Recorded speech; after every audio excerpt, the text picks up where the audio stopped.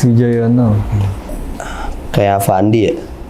Kalau menurut aku kayaknya tentang pemandangan, gunung mungkin. Yang pasti kayaknya alam. Ada perempuan yang lagi gendong anak kecil, ya kayak ibu gendong anak gitu sih. Oh, ini figurnya lumayan mencolok, tapi masih agak dominan warna hijau gelapnya sih. Kalau agak mirip Bruce Lee sih.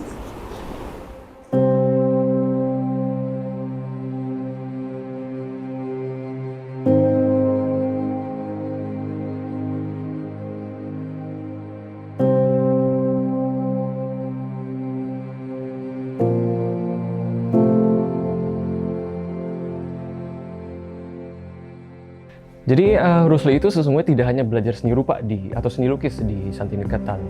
Dia belajar juga seni patung, gitu. Bahkan juga belajar tarian klasik India, namanya itu Kathakali.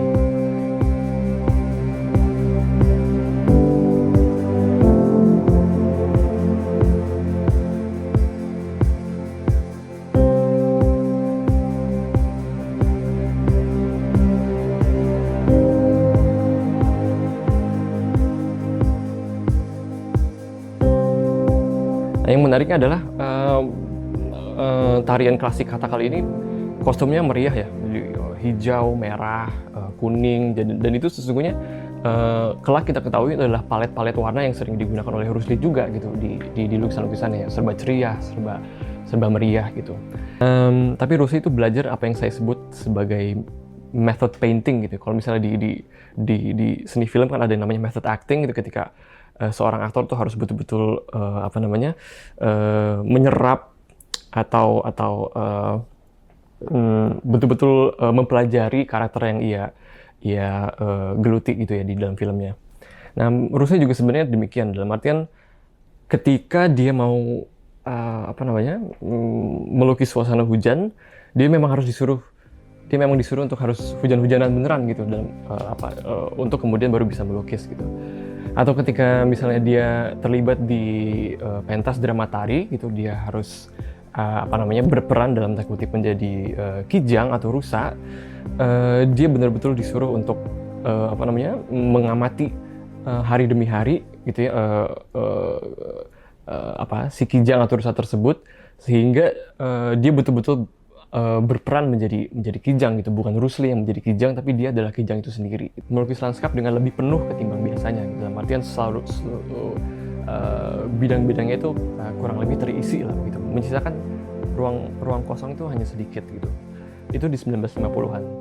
Tapi di tahun-tahun yang sama juga sesungguhnya dia misalnya melukis alam benda, misalnya pot dan bunga, itu juga betul-betul menyisakan ruang yang amat kosong gitu. Jadi dari awal, setidaknya di 1950-an, trademark Bruce Lee itu sudah tercipta. Ya, Bruce Lee terlibat di Sao Paulo Biennale 1953. Itu bersama seniman angkatannya ya, misalnya seperti Zaini, kemudian juga Siti Rudiati gitu. Dan memang Sao Paulo Biennale sendiri melihat pavilion Indonesia itu sebagai negara yang baru gitu ya, dengan tradisi seni modern yang baru juga gitu. Dimana di situ tentunya ada diskusi soal Barat dan Timur, pengaruh Barat dan Timur di dalam seni modern Indonesia gitu. Sehingga Bruce Lee dan teman-temannya kurang lebih mewakili diskursus tersebut ketika terlibat di Sao Paulo Biennale 1953 gitu. Dan setelah itu kan dia melawat gitu kan ke Belanda gitu ya, dia pameran di Stedelijk Museum dan lain-lain. Resepsinya juga sama, dalam artian bahwa ini pada akhirnya kita melihat perpaduan antara seni lukis Barat atau corak seni Barat dengan corak seni Timur gitu. Barat tentunya adalah ya tradisi melukis yang mungkin lebih ekspresif begitu ya. Kemudian corak Timur itu adalah yaitu tadi estetika jeda itu ya. Jadi kayak corak-corak yang mengingatkan kritikus-kritikus Belanda pada masa itu terhadap lukisan-lukisan klasik atau tradisional Jepang atau Tionghoa. Dan salah satu pengajar yang mungkin paling berpengaruh atau paling ada jejak pengaruhnya bagi Bruce Lee itu adalah Ramkin Karbaic gitu ya. Ramkin Kar ini sesungguhnya seorang pematung. Dia juga seorang pelukis sesungguhnya. Dan jejak Ramkin Kar yang paling nyata di kekaryaan Rusli itu adalah lukisan-lukisan cat airnya. Gitu. Jadi karena lukisan-lukisan cat minyak itu jelas berbeda dengan coraknya Rusli ya. Nah, jejak itu pada akhirnya muncul setidaknya di lukisan-lukisan cat airnya Rusli di 1950-an gitu. Ketika Rusli menggambar pemandangan misalnya, warna-warni tetap meriah, tetap menggenang dengan warna-warna, tapi juga sesekali disambar oleh garis-garis hitam yang pekat namun pada akhirnya menggenang juga gitu. Dia itu juga salah seorang penandatangan manifest kebudayaan di 1963. Memang manifest kebudayaan itu ditandatangani di Jakarta ya, 17 Agustus 1963 oleh Zaini atau Syahwil misalnya, kalangan perupa. Tapi ketika petisi tersebut diedarkan ke Jogja, ke Solo dan lain-lain, dan ya terkhususnya di Jogja, itu Rusli menjadi salah satu pelukis yang menandatangani manifest kebudayaan. Jadi menurut saya tidak ada periodisasi kepelukisan di Rusli gitu. Tapi memang ada seri-seri gitu ya. Rusli dikenal dengan seri Pelabuhan Semarang misalnya. Rusli dikenal juga dengan seri Tanah Lot gitu, atau Ciloto yang ada di puncak itu. Saya lebih menganggap Rusli terkenal dengan seri-seri tersebut gitu yang tidak menunjukkan perkembangan atau gradualitas yang suksesif, karena sesungguhnya coraknya itu bisa dibilang sama aja gitu, mirip gitu ya. Tapi dia lebih seri-seri gitu. Jadi ketimbang perkembangan, saya menganggap lukisan Rusli itu seperti bercabang begitu ya. Tidak ada perkembangan yang gradual, tapi banyak cabang-cabangnya gitu dengan corak-corak yang serupa.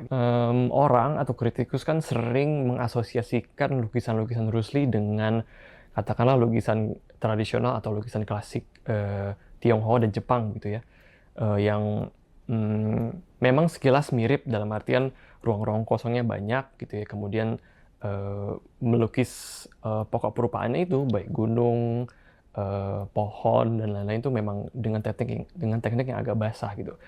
Tapi sejauh pengamatan saya, Rusli tidak benar-benar menyatakan bahwa ia terinspirasi dari lukisan tradisional Tionghoa maupun Jepang gitu. Memang ada kesamaannya, tapi Rusli sendiri sejauh pengamatan saya sesungguhnya tidak pernah menyatakan hal demikian gitu. Iya, Santiniketan kan itu dikenal dengan abode of peace gitu ya, rumah untuk perdamaian, dan memang secara prinsipil dia memang universalis gitu ya. Jadi Rusli itu mencatat memang sempat ada mahasiswa atau murid-murid dari Jepang ketika dia di sana gitu, bukan Tiongkok.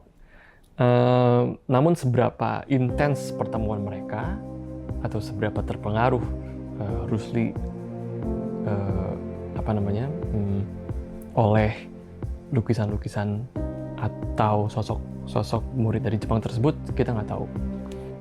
Dan ada satu cerita yang cukup terkenal bahwa Rusli itu dikenal seandainya ada lukisan cat air atau lukisan cat minyak yang menurut dia itu tidak layak, itu dia akan membakar lukisan tersebut gitu, untuk kemudian melukis lukisan-lukisan yang baru gitu.